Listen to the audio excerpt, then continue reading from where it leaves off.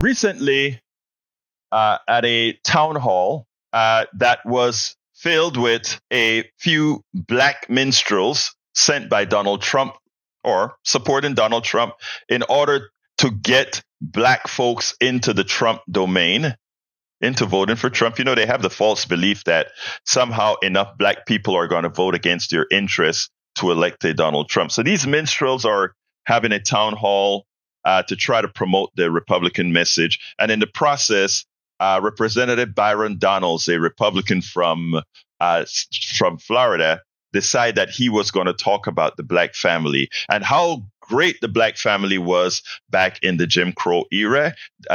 Joanne Reed did a great job in deconstructing the ineptitude of anyone who would make such a claim or who would attempt to unite Jim Crow and the black family. And she did a great job of doing that.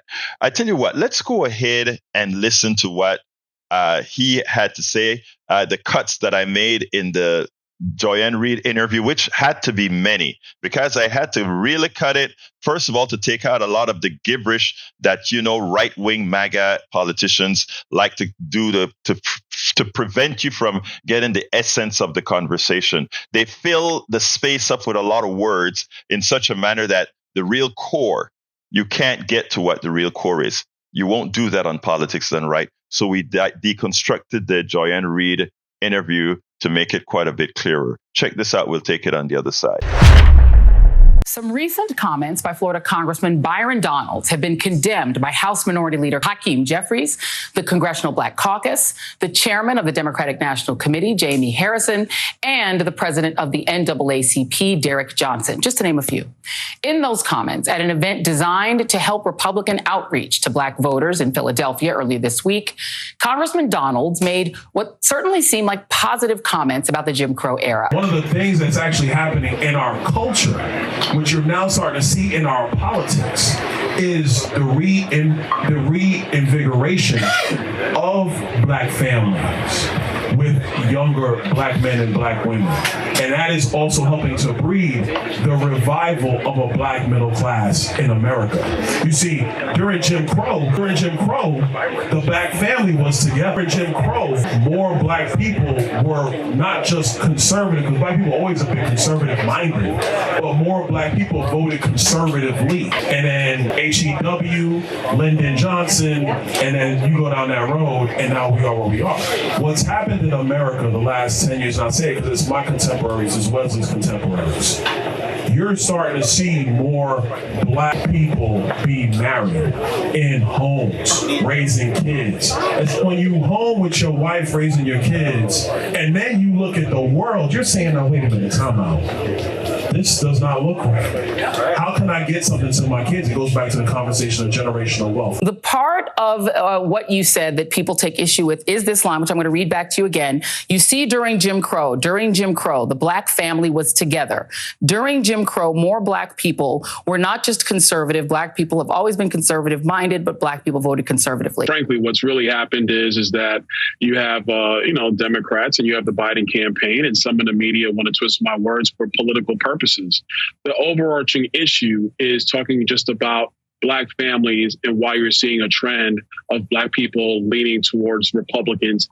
And part of that, is that when you're raising families, raising kids, etc., you're now thinking about all of the public policy issues, all of the economic issues, all of the education issues. And that's leading people to have divergence in political thoughts. Here's the challenge, Congressman.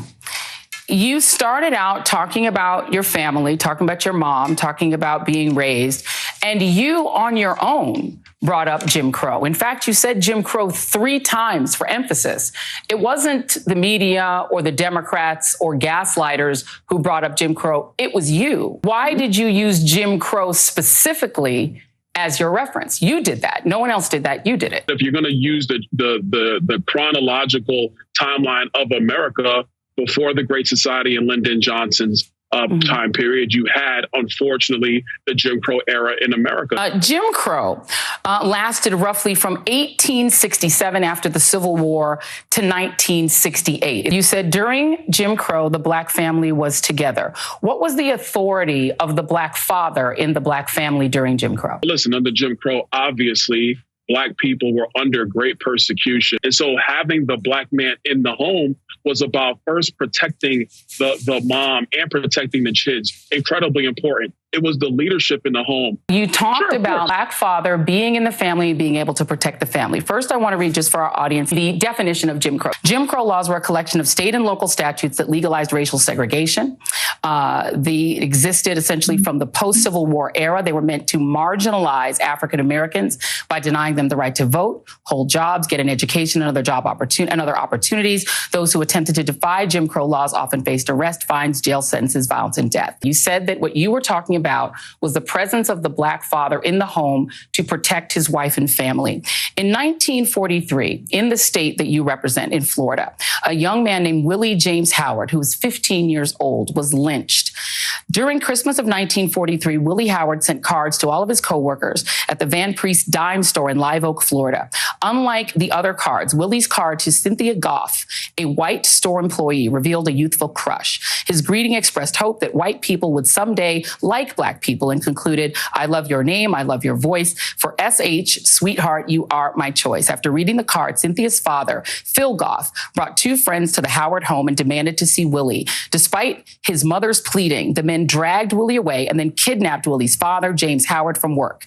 The men drove the two Howards to the embankment of the Suwannee River, bound Willie's hands and feet, stood him at the edge of the water, and told him to either jump or be shot. Willie jumped into the cold water below and drowned while his father was forced to watch at gunpoint. Willie's dead body was pulled from the river the next day. You said that during the Jim Crow era, the importance of having a Black man in the home was to protect his family and to protect his wife. I actually spoke with somebody who lived through Jim Crow. Her name is Merle Evers Williams. And Merle quoted to me a man named Charles Silberman, who wrote in Crisis in Black and White, that in 1890, the year that the Mississippi Constitution was written, the policy of crushing out the manhood of the Negro citizens was to be carried out with success.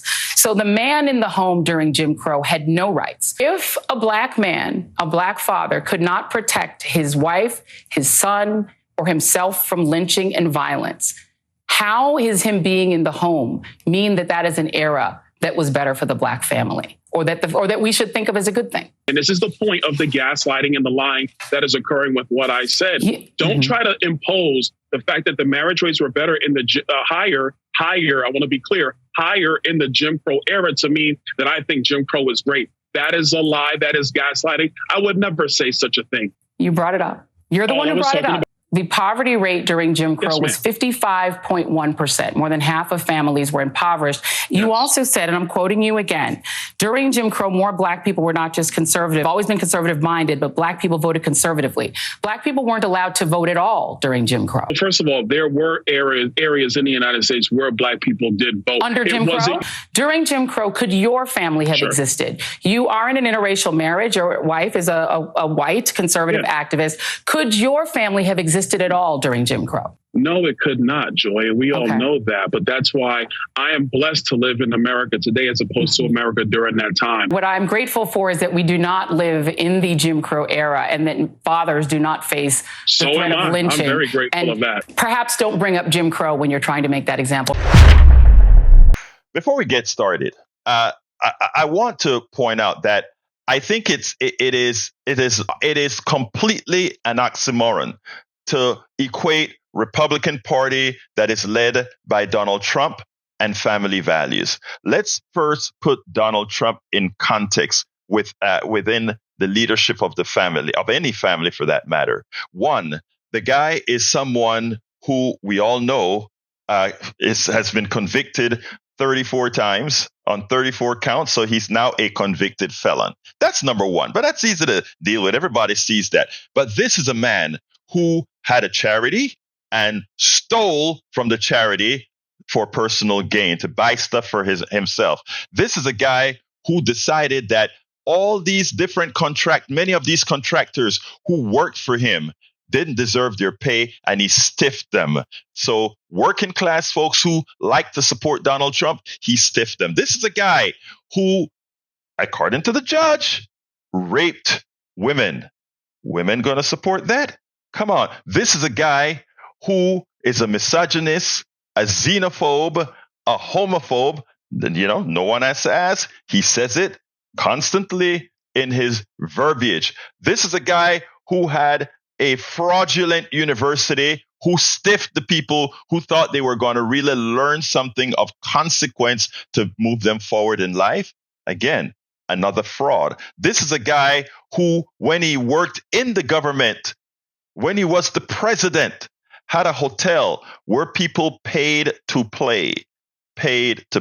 So this guy is a bona fide fraud. This is a guy who has, talk about family values, several baby mamas. And at the same time that one of his wife is pregnant, he's sleeping with a porn star, one of the many porn stars and others that he hang around. Family values, we're going to talk about family values for anybody who decides that they want to support this person.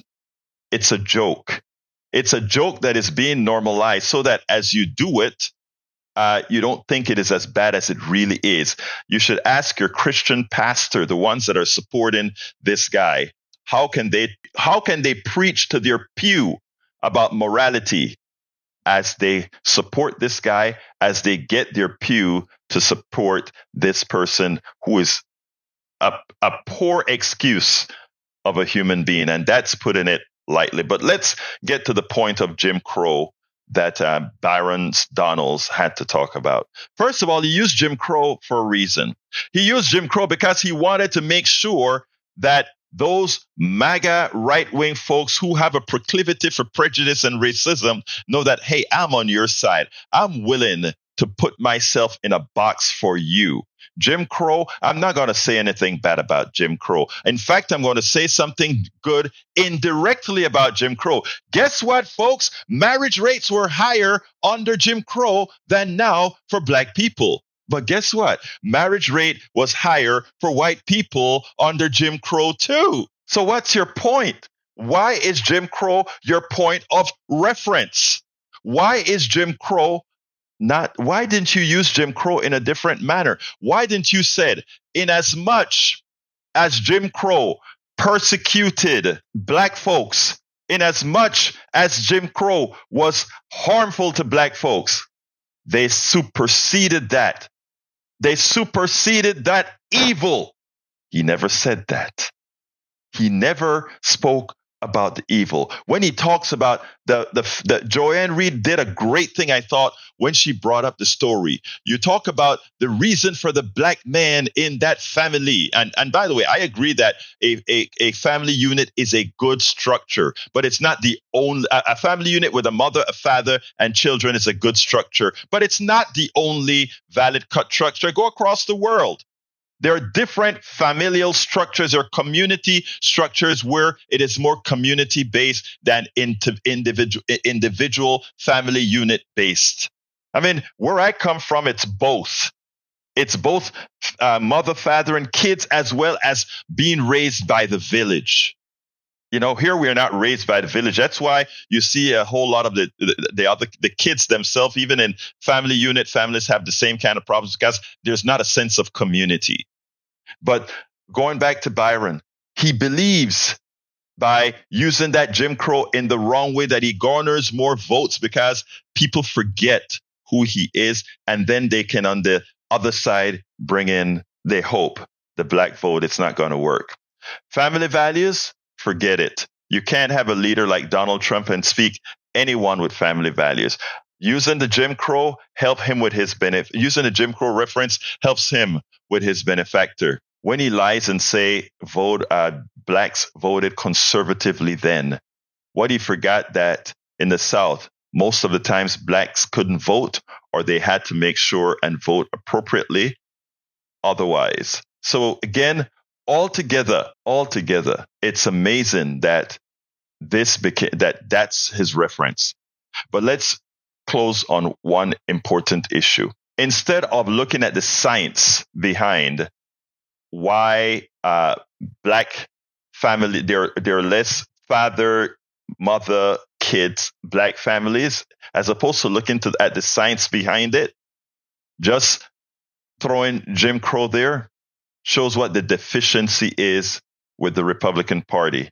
It's not about science. It's not about looking for the reasons, the rationale behind why certain things happen. It's about using what happened as a hacksaw, as a hammer, as a bludgeon. We have to be better than that. But it's not that we have to be better than that. We have to do better. We cannot have a morally deprived person leading this country and having minstrels like these attempt to bring voters into a base where they don't belong. Again, it is important to note Donald Trump and the leadership of the Republican Party, both on the evangelical side and on the political side, have shown a lack of intellectual and moral consistency and honesty. They are a failed group morally. They are a failed group intellectually. And by November, I am sure most Americans would have realized that, as progressives and Democrats win a landslide in November. We spend a lot of time deconstructing the news, trying to parse it into a form that everybody can understand. We try to find those little nitpicks where it flies above the fray, etc. If you really like these videos that we do, I want to ask a big favor. Please go ahead. Number one, subscribe to our channel. And number two, please join if you can. Thank you so kindly for watching. Keep watching. Please remember to share. We must populate the entire internet with our progressive message, a message that we know is what most Americans say that they want. So help us, please join.